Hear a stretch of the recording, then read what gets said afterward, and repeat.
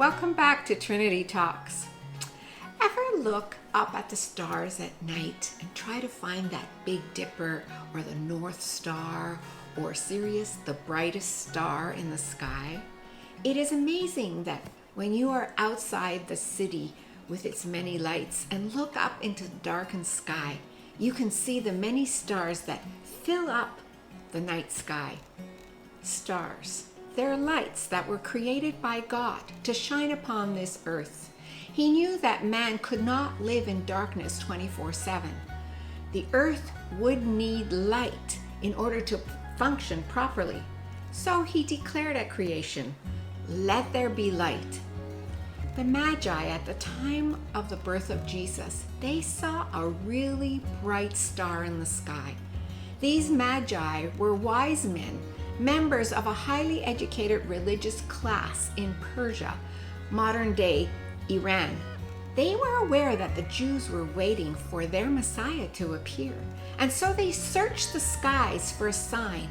And when they saw that extraordinary bright star in the sky, they knew that the King of the Jews had been born. And what did they do? They came searching for this king. The bright light in the darkness led them first to Jerusalem and then to Bethlehem. They came to find Jesus, the light of the world. They came to worship the King of the Jews. What is interesting is that Jesus came to this earth not only for the Jews, but for anyone who would believe in him. In John 8:12, Jesus says, "I am the light of the world. Whoever follows me will never walk in darkness, but will have the light of life." Jesus claimed to be the light of the world. "I am the light of the world." John 1:4 says, "In him was life, and that life was the light of men."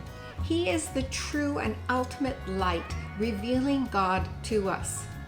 He also said, "Whoever follows me will never walk in darkness." Jesus alone can remove the spiritual darkness and deception of this world. The condition of having his light, "Whoever follows me." Our following Christ must be a continuous action. True Christian discipleship must be a way of life, obeying and living by the words of Christ. 1 John 1:6 says, "Whoever claims to live in him must walk as Jesus did." And the consequences of the light? You will have the light of life. John 1:12 says, "Yet to all who received him, to those who believed in his name, he gave the right to become children of God."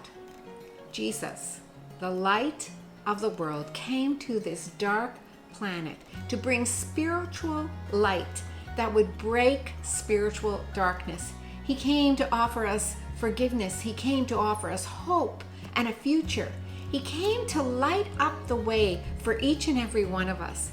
He invites us to leave our walk of darkness and to walk with him in light.